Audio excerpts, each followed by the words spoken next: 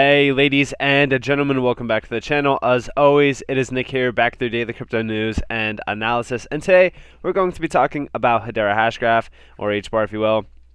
Now, as you guys know, I have like over 300 plus videos on Hbar. I've broken down every single thing from the fundamentals to the tokenomics to their use cases. I give you guys consistent updates every single day. I've even broken it down in terms of technical analysis. Now, today we're going to be talking about essentially Hbar flipping Bitcoin and Ethereum, because that is my end goal with Hbar. Ultimately, I do think that we get there at some point in time, and I'm going to be talking to you guys specifically about why we will get there and pretty much how this is achievable. Now, I just want to say right now, a warning to anybody who is watching this video right now, in terms of it flipping Bitcoin and Ethereum, we would need to be in a utility grade market where pretty much we don't rely on Bitcoin anymore. The only reason why Bitcoin has not been flipped within this market is because the dominance factors for Bitcoin has been so high. The only asset within this space to actually flip Bitcoin at one point in time was XRP. XRP did flip Bitcoin and Ethereum. I think it was like back in, I want to say 2000, it was like 2013, somewhere around 2015, somewhere in that time period.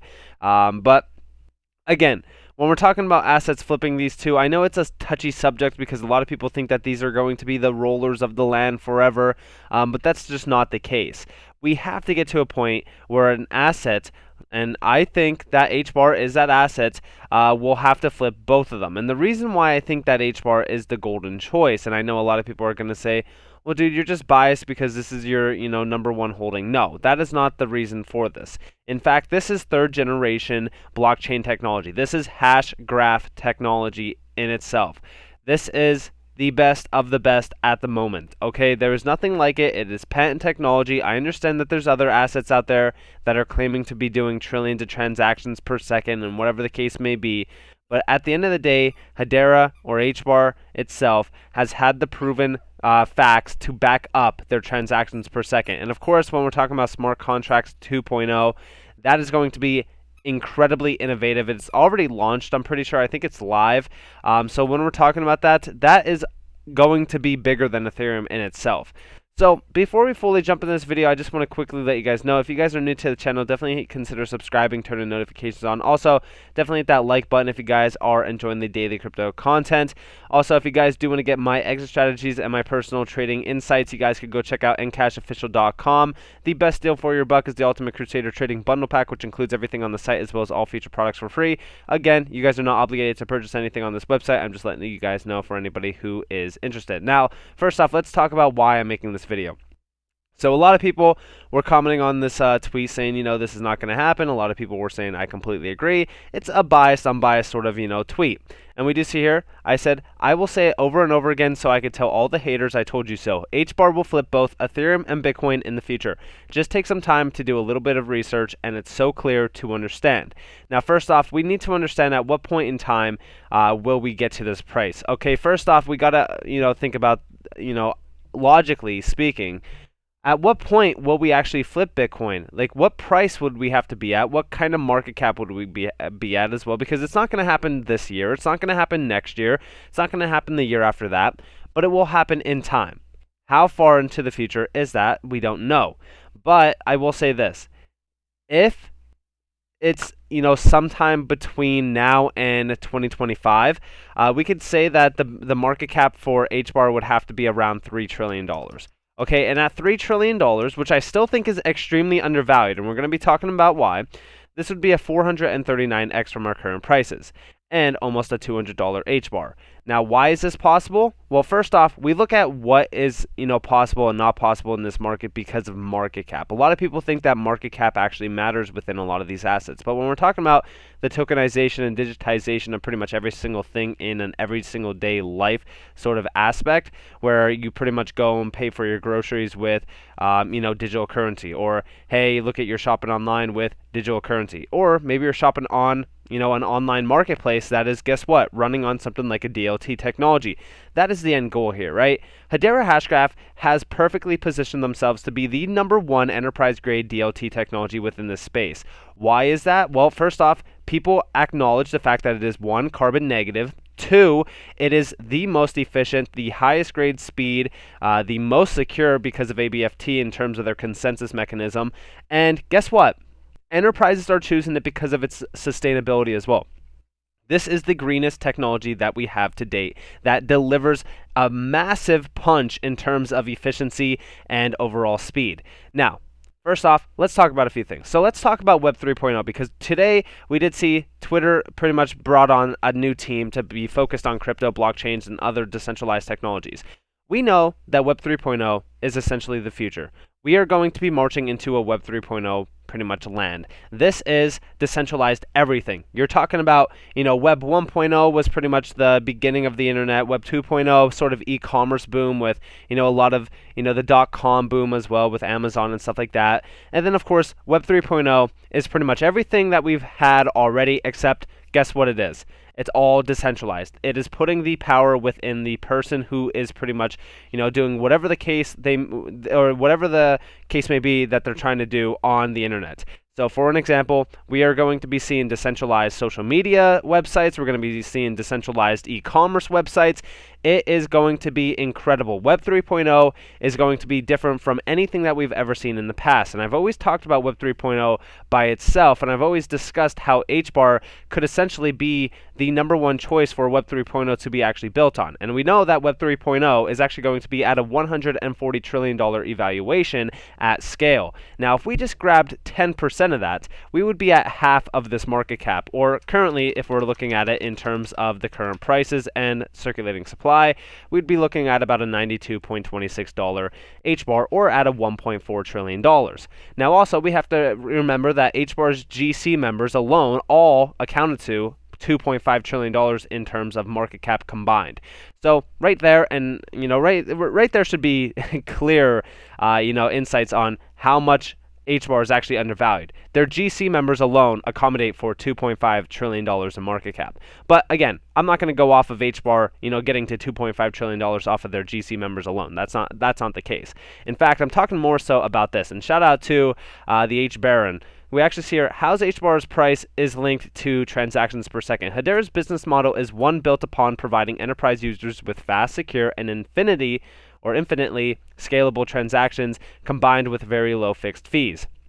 In order for Hedera's business model to succeed financially, they require huge transaction volume. Simply put, it's no different to the conventional retail outlet selling physical items with a small profit margin. They have to stack them high, sell them cheap, and go for volume. Once the step function takes place and transactions per second increases exponentially, Hedera's business model will be making huge profits.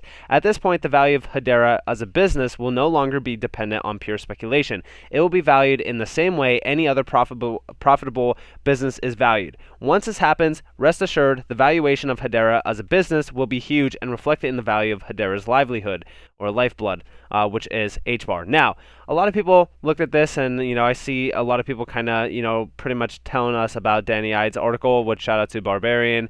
And when we're talking about that, first off, this article includes a ton of information. This goes back to July 2020, just so you guys know. But this is talking about Hedera Hashgraph versus Bitcoin, a better store of value. Because when we're talking about what Hbar is doing, first off, I do just want to reiterate. I want to reiterate the fact that when we're talking about Hbar comparing it to Bitcoin, there is no true comparison there. I know a lot of people think that Bitcoin is going to be the future, or it's some incredible asset in the crypto space, but it's really not. Okay, Bitcoin, for what it is worth, has a small circulating supply and a ton of pretty much, I would say, publicity behind it. There's no real true value behind Bitcoin besides, being able to store your money in it and it going up in price. That is the only case behind it. It's deflationary, and that's pretty much all it is. It's a speculative store of value. There's no real use case behind it. The Lightning Network is an off-chain integration that Bitcoin essentially needs for it to be efficient. Hbar, or Hedera Hashgraph, does not need that. In fact, we are 10 times better than Bitcoin in terms of the use cases behind it. Of course, yeah, sure, the supply to demand ratio for a Hashgraph or Hbar to Bitcoin is a little bit different, but overall, when we're talking about the utility behind Hbar, it is absolutely killing pretty much every other asset in the space. But we just hear, granted the timely business adoptions, I believe Hedera is poised to achieve a sustainable growth over the next following years. Such growth to be reflected in the gradual valuation of its native cryptocurrency Hbar, a token well positioned to becoming the better digital store of value on the internet. Now, I'm not going to read this entire article. In fact, this entire article is massive. It includes pretty much everything from an overall, point of view in terms of speculative demand, fundamental demand, and pretty much all that. I will link this down in the description below. You guys could go and read this because it's very significant in terms of where we would be with the transactional demand or the TPS demand, because transactions per second on the Hedera network are going to essentially lead to us exploding in price. And I've already done a breakdown actually of this where we do get to 1 trillion transactions per second at some point in time, which is going to happen, just so you guys know, but it's more so in the future. But I will say this, 100 million transactions per second, all of a sudden to 1 billion transactions per second, eventually getting to 1 trillion transactions per second, is all going to lead to a massive price boom. Like I said, this is a huge article, but it does break down the process on how Hedera Hashgraph will pretty much become the next big thing. We're actually seeing here 96,000 transactions per second monthly demand will stabilize the price at roughly $2.56. The price demand for Hbar is going to pretty much get to these points once we are utilized at a massive scale like this. We will get to that point in terms of, pretty much once we do see a lot more nodes being brought up and stuff like that on the network. We're still a little bit of time away from that. But it's not the fact that we won't get to $2.56, without this or anything like that, because we will. But I'm just saying, this is where we look at transactions per second pretty much leading to price explosion. So overall, definitely keep a close eye out on a lot of things from Danny Ide. He's incredible in terms of the Hbar, pretty much information. Incredible individual. And like I said, I'm going to link this article down in the description below to really give you guys that insight, and you guys could read over this. I've read this 100 times, and it's incredible, especially comparing transactions per second to value or price appreciation on Hbar. It's very significant. Now, what I do want to talk to you guys about is tokenization, because tokenization is also a big key to the success for Hbar, because we already know, I've always talked about tokenization within, NFTs, Web 3.0. I've talked about it in terms of security and data. Data is the new oil, essentially, so data is going to be huge. And then, of course, we talk about so many other use cases on the Hedera network. Now, we're also seeing here, Coinbase. NFTs business could be bigger than the crypto business. Although Coinbase missed expectations in Q3, trading volume is still up 627% on the year. The exchange is exploring NFTs and Web 3.0 opportunities, of course, because Web 3.0 is going to be huge. Now, of course, when we're talking about NFTs being bigger than crypto, I do think that we get there. In fact, NFTs are not just JPEGs. I've always talked about this. NFTs are in healthcare, gaming, so many other, markets as well. Real estate. Real estate's going to be huge, and we already know that Hedera is pretty much perfectly positioning themselves for that market as well. So I think that this is incredible. Now, when we're talking about tokenization, check this out. Total wealth globally is estimated at $500 trillion across all asset classes. Given increasing digitization, assume 10% of TTL becomes tokenized in the next 5 years, equals $50 trillion. Current crypto coin market cap equals $3 trillion. Not hard to imagine tokenized ownership becoming bigger than crypto coins. Now, I just want you guys to understand, okay, if we tokenize just 10% of this wealth up here, right? He's saying $50 trillion. Now, just imagine if we get 10% of this, okay? That puts us over our goal. Hbar is becoming the leading name in tokenization. I've discussed this multiple times, okay? And like I said, if you guys thought that, $3 trillion was a shot in the dark, check out $5 trillion and where we would be in terms of value. All right, $330 and a half. Okay, now say for so we go off of the total supply, totally fine. We'd still be at $100, okay? This is why the upside potential on something like Hbar, for as big as it is incredible. Okay, because tokenization and digitization is going to continue to grow. We are seeing that demand grow, especially in terms of the Web 3.0 scene, the NFT scene. We're talking about, at the end of the day, everything will be tokenized. Hedera sees that. That's Hedera's end goal. In fact, Hedera has mentioned multiple times that tokenization of pretty much every single market out there is going to be the way that we pretty much prosper into this new digital wave of finance. We're talking about, just finance in general, but we're also talking about healthcare, gaming. We're talking about everything. Okay? Tokenization is taken over by a rapid pace. And of course, we also see here, always good to speak with Walter Jennings. Thanks for the opportunity to join Crypto Savvy or Savvy and discuss the tokenization of everything. This is interesting. Okay, this is a partner at DLA Piper. But check this out. I'm only going to read this part because that's pretty much all we have to read. You guys could obviously go listen to this whole, pretty much podcast if you want. But have you ever thought about tokenizing your own asset? The expectations for tokenization are similar to the enthusiastic early years of space exploration, and the opportunities and possibilities appear endless. In this episode, we talked to law firm DLA Piper's go-to blockchain person, Scott Thiel, to understand the concept of tokenization, how a token is created, and existing examples of tokenized assets. Scott Thiel is a partner at global law firm DLA Piper and head of the technology team in Hong Kong. Now listen, he talked about tokenization of nearly everything. In fact, when we're talking about this, we talk about Toko, which Toko is a tokenization engine that comes with smart contract functionality and digital asset creation functionality and assurance. And this is built on, guess what? Hedera Hashgraph. Now, he is in, this is a law firm, okay? This is a global law firm, and they're talking about tokenized assets, and they're talking actually about tokenizing in terms of the law, the law market, right? That is going to be huge, okay? And you might be wondering, well, what is the case there? Well, it's the same case that I've always talked about in terms of NFTs and tokenization within the healthcare scene, right? It's tokenizing, first off, digital identity, okay? But we also see tokenizing data and allowing for that data to be accessed at any time with permission, of course, and it is all fully secured. But how could you guarantee the best security basis for all that information? Because that information is obviously going to be, fairly confidential information that nobody wants to share. Well, you need something that is, pretty much the highest grade security measurements. What is that, essentially? Well, I know what it is. Asynchronous Byzantine fault tolerance. Where is that? That is on the Hedera network. Understand what you hold, okay? Now, in terms of tokenization, we're already seeing tokenization happening around the world with the metaverse. In fact, I just included this in my video from the other day. This is a full-on country, actually, or a major city government entering the metaverse, which is obviously going to be prospering us into Web 3.0 and tokenization. Okay, and now this is talking about, a stablecoin, issuing a stablecoin. Again, Hedera has multiple use cases. It's not just only tokenization, it's also issuance of stablecoins. We're talking about CBDCs as well.